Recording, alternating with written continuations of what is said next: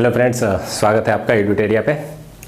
मैं प्रवीण कुमार आप सबको इस वीडियो के बारे में आज बताऊंगा।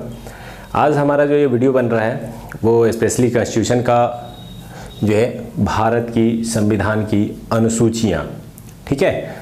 अनुसूचियों से जुड़े हुए कई एग्ज़ाम अलग अलग एग्ज़ाम में पूछे जाते हैं, अनुसूचियों से जुड़े हुए क्वेश्चन। तो आज हम लोग उसी को देखेंगे कैसे आसानी से इसको समझा जा सकता है। इसे रटने की ज़रूरत नहीं है, थोड़ा सा माइंड में एक टेबल के वाइज एडजस्ट कर लेंगे तो ये बार बार रिकॉलिंग करने की ज़रूरत हमें नहीं पड़ेगी। तो आज हमारा वीडियो इसी से जुड़ा हुआ है। उम्मीद करते हैं ये आपको पसंद आएगा, लास्ट तक देखिएगा। अगर पसंद आए तो इसको सब्सक्राइब जरूर कीजिए। चलिए शुरुआत करते हैं। सबसे पहले भारतीय संविधान की अनुसूचियाँ। अनुसूचियों से तात्पर्य है संविधान में जब भी कोई पॉइंट लिस्टिंग में लिखा हुआ है 1 2 3 करके नंबरिंग दिया गया, उनको अलग से अनुसूचियों में जगह दिया गया। और जब संविधान बनकर तैयार हुआ था उसे हम लोग बोलते हैं मूल संविधान। क्या बोलते हैं? मूल संविधान। मूल संविधान में अनुसूचियों की संख्या 8 थी और बाद में क्रमिक रूप से इसमें संविधान में अनुसूचियों की संख्या बढ़ती गई और इस तरह से वर्तमान में भारतीय संविधान में टोटल अनुसूचियों की संख्या कितनी हो चुकी है? 12 हो चुकी है, ठीक है। तो हम इन 12 का अध्ययन करने वाले हैं। अब याद रखने के लिए, चूंकि मेरा मकसद है कि आप लोगों को याद रहे, अच्छे से समझ में आए, पढ़े कैसे, इसको सीखना। तो सबसे पहले हम वो 8 का अध्ययन करेंगे जो संविधान में पहले से थी और फिर 4 को हम कैसे याद करेंगे कि इससे जुड़े हुए क्वेश्चन ना छूटे, तो उसके लिए फिर बताते हैं। तो पहले हम लोग ये 8 का अध्ययन करते हैं, फिर 4 की ओर बढ़ते हैं। चलिए, सबसे पहला है प्रथम अनुसूची। अब प्रथम अनुसूची ले लीजिए, प्रथम भाग ले लीजिए, आप प्रथम अनुच्छेद ले लीजिए। उन सब में भारत के राज्य और इसके केंद्र शासित प्रदेश का वर्णन किया गया। तो आपको पता है कि अभी टोटल 29 राज्य हैं और 7 केंद्र शासित प्रदेश हैं। तो इन राज्यों और केंद्र शासित प्रदेशों का जो लिस्ट है वह किस में देखने को मिलता है? प्रथम अनुसूची में देखने को मिलता है। अब एक एग्जाम में क्वेश्चन पूछा गया कि किसी भी राज्य की संख्या यदि बढ़ जाती है तो किस अनुसूची में बदलाव आएगा? तो सिंपल सी बात है कि जिस अनुसूची में राज्यों का जिक्र है, राज्यों का लिस्टिंग है, उसी में बदलाव आएगा। तो यहाँ पर देखा जा सकता है कि इसका बदलाव प्रथम अनुसूची में आएगा। अब आ जाइए द्वितीय और तृतीय को जोड़ करके पढ़ेंगे। द्वितीय और तृतीय में है कि विभिन्न संवैधानिक विशिष्ट पदाधिकारियों के वेतन एवं भत्ते, ये किस में है? द्वितीय में। किनके? विभिन्न राज्य पदाधिकारियों यानी संवैधानिक जो बड़े पद है, जैसे राष्ट्रपति का हो गया, उपराष्ट्रपति यानी राज्यसभा के अध्यक्ष, लोकसभा के अध्यक्ष, उपाध्यक्ष, चीफ जस्टिस ऑफ इंडिया, इसके अलावा अन्य न्यायाधीश जो है सुप्रीम कोर्ट एवं हाई कोर्ट में। तो इन सभी के वेतन एवं भत्तों का वर्णन किस में मिलता है? द्वितीय अनुसूची में। अब आते हैं तृतीय में। तो उन्हीं पदाधिकारियों के जिनका जिक्र हमने प्रथम में किया, उनके शपथ ग्रहण का वर्णन है। किसका वर्णन है? शपथ ग्रहण का। अब सिंपल सा है कि ये कई बार स्टूडेंट इसमें कंफ्यूज हो जाते हैं, शपथ 3 में है या 2 में है।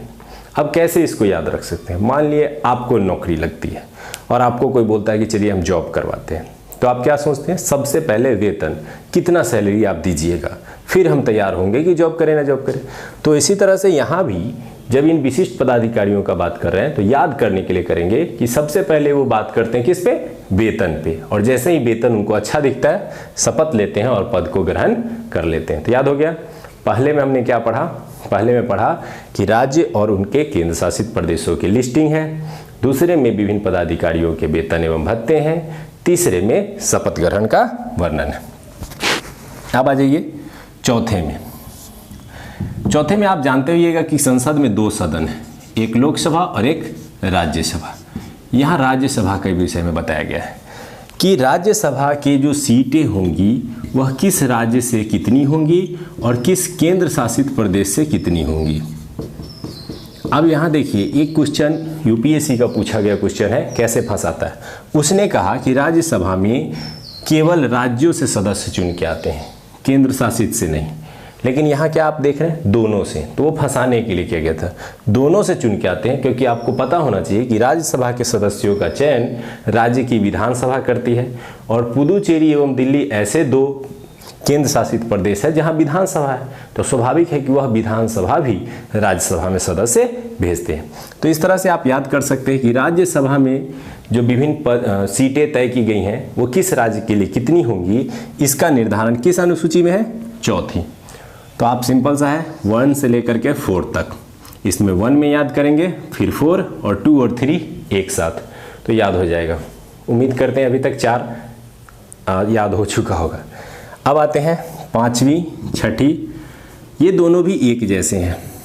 5वीं में कहता है भारत के विभिन्न अनुसूचित जाति जनजाति के प्रशासन का वर्णन है, कि उनके लिए एक विशेष प्रशासन की व्यवस्था की जाएगी अनुसूचित जाति एवं जनजाति के लिए। उसका वर्णन किस अनुसूची में मिलता है, 5 में मिलता है। तो ये याद कर सकते हैं सिंपली, अनुसूचित जाति एवं जनजातियों के लिए प्रशासन का वर्णन कितनी अनुसूची में है, 5 में। अब आते हैं 6ठी अनुसूची में। 6ठी अनुसूची में इनको हटा दीजिए, केवल जनजाति को लेके आइए, और इनके प्रशासन का वर्णन मिलता है, और विशेष रूप से 4 राज्य में। यहाँ 6 और कितने राज्य, 2 कम कर देंगे, 4 राज्य। राज्य याद करने में बहुत लोगों को कठिनाई होती है। असम, मेघालय, त्रिपुरा और मिजोरम। अब इन राज्यों को कैसे याद रखा जाए, आइए उसको देखते हैं।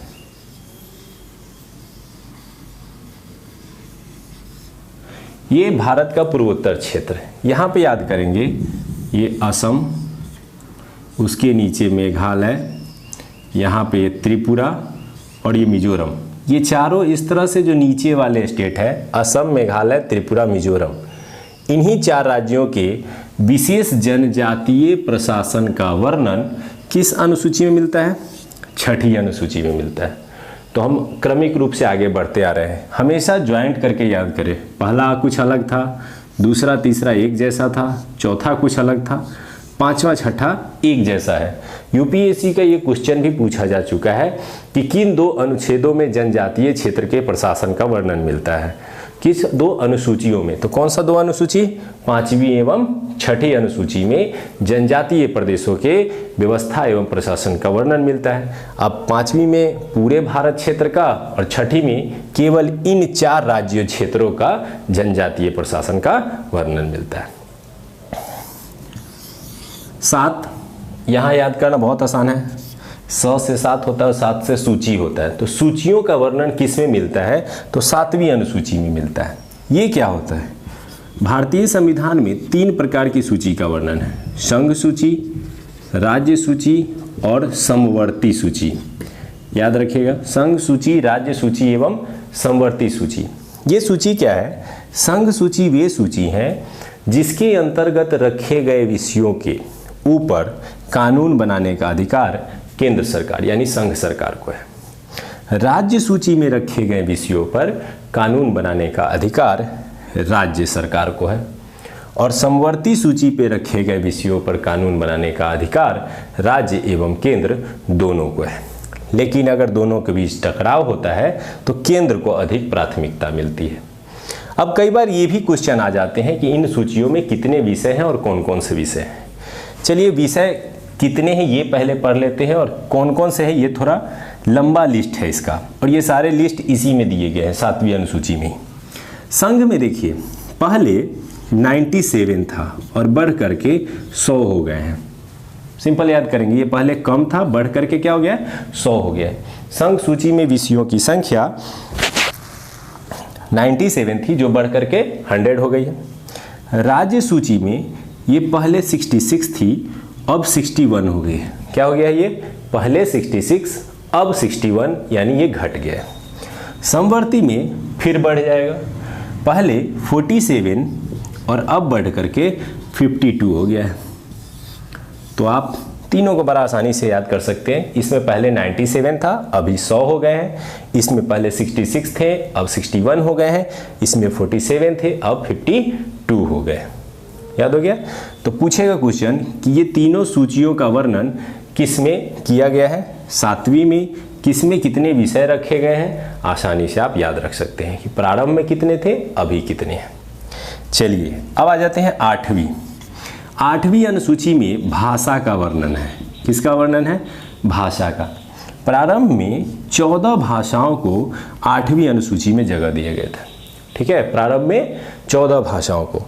अब इन भाषाओं को धीरे धीरे बढ़ाया गया और इस तरह से अभी 22 भाषाओं को इसमें जगह दी गई। कितने भाषाओं को जगह दी गई है?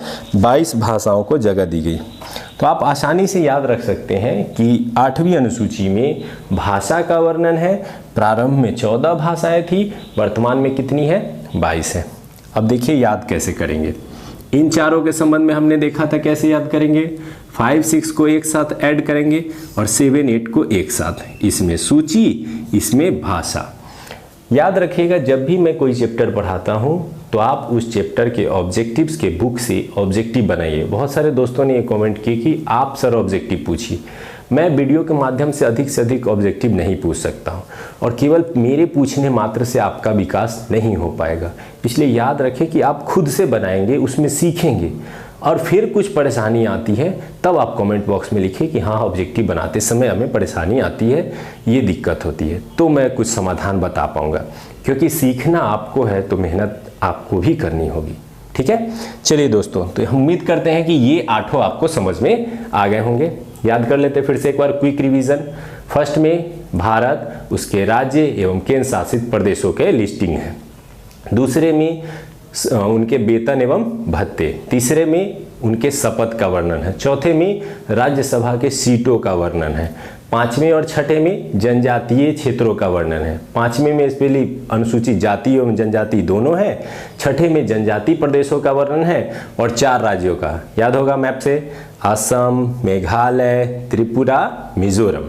और फिर आते हैं 7वीं में, तो इनमें विभिन्न प्रकार की सूची, संघ सूची, राज्य सूची एवं समवर्ती सूची। और 8वें में आते हैं तो भाषा का वर्णन मिलता है। ठीक है, ये 8 याद हो गए होंगे। अब आ जाइए, इन 8 के बाद हम लोग बढ़ते हैं उन चारों की ओर जिन चारों को संविधान में बाद में जोड़ा गया। इनको याद करना बहुत आसान है और इनसे जुड़े हुए क्वेश्चन बनाने में बहुत मज़ा आना चाहिए। एक बार इसको पढ़ लेते हैं तो उम्मीद करते हैं कि अगर आप क्वेश्चन बनाने जाएंगे तो एक भी क्वेश्चन जल्दी नहीं छूटेगा। इतने से आपको 8 तक नहीं छूटेंगे, अभी जो 4 पढ़ेंगे उनसे नहीं छूटेंगे। इन चारों को पढ़ने के लिए क्या करना है हम लोगों को?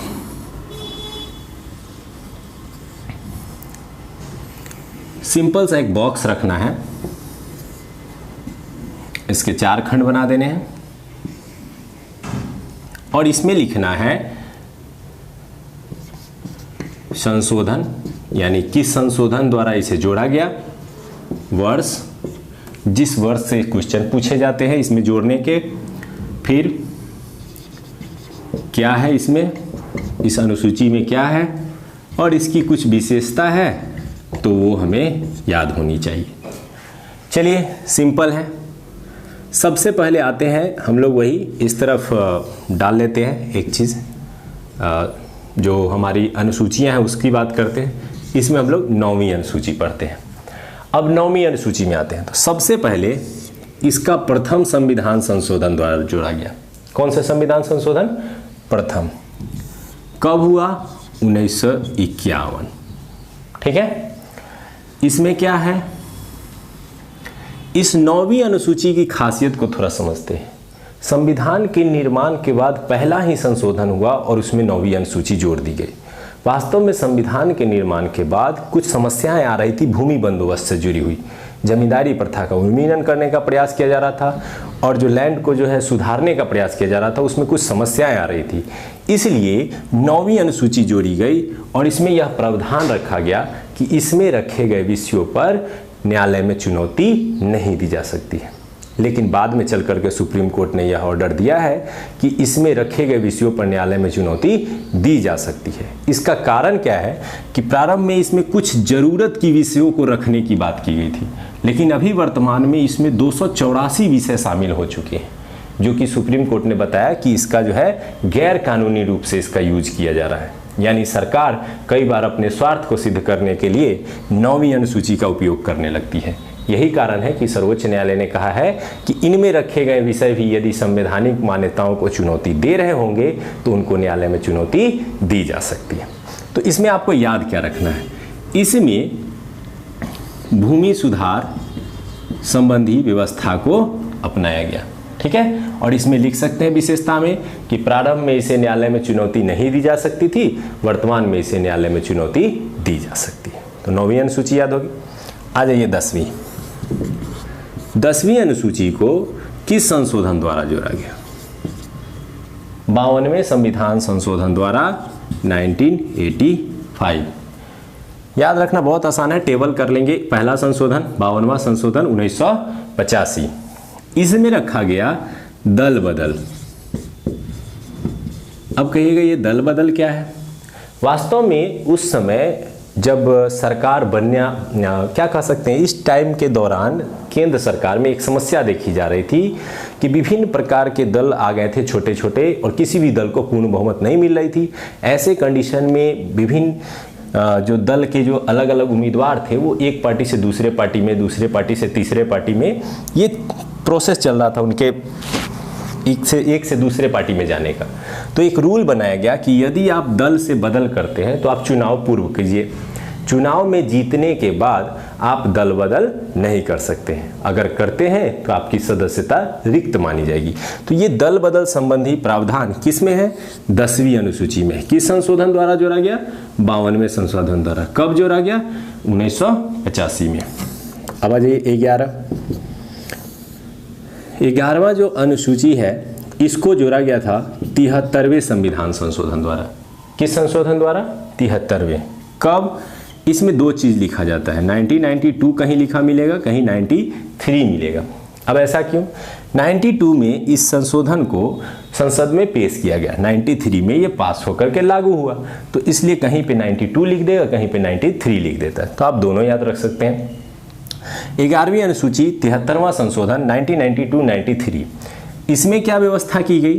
तो जो पंचायती व्यवस्था है उसे अपनाया गया और उसके तहत 29 कार्य क्षेत्र तय किए गए और उनका लिस्टिंग इस अनुसूची के अंतर्गत किया गया कि कौन से कार्य पंचायतों को दिए गए हैं, जैसे कृषि है, पशुपालन है, सड़क निर्माण है, गांव में साफ सफाई से जुड़ी समस्याएं हैं। उन समस्याओं को निदान करने के लिए पंचायती व्यवस्था का लिस्टिंग यहाँ किया गया। तो याद हो गया होगी 11वीं। अब आते हैं 12वीं अनुसूची, जस्ट उसी के बाद 73 के बाद 74वें संशोधन, सेम ईयर 92-93। अब इसमें नगर प्रशासन, यहां हमने देखा गांव में जो पंचायत है उसके लिए व्यवस्था की गई, यहां नगर प्रशासन। इसमें 29 कार्य क्षेत्र सौंपे गए, इसमें 18 कार्य क्षेत्र सौंपे गए और इन 18 कार्य क्षेत्रों को इसमें लिस्टिंग किया गया।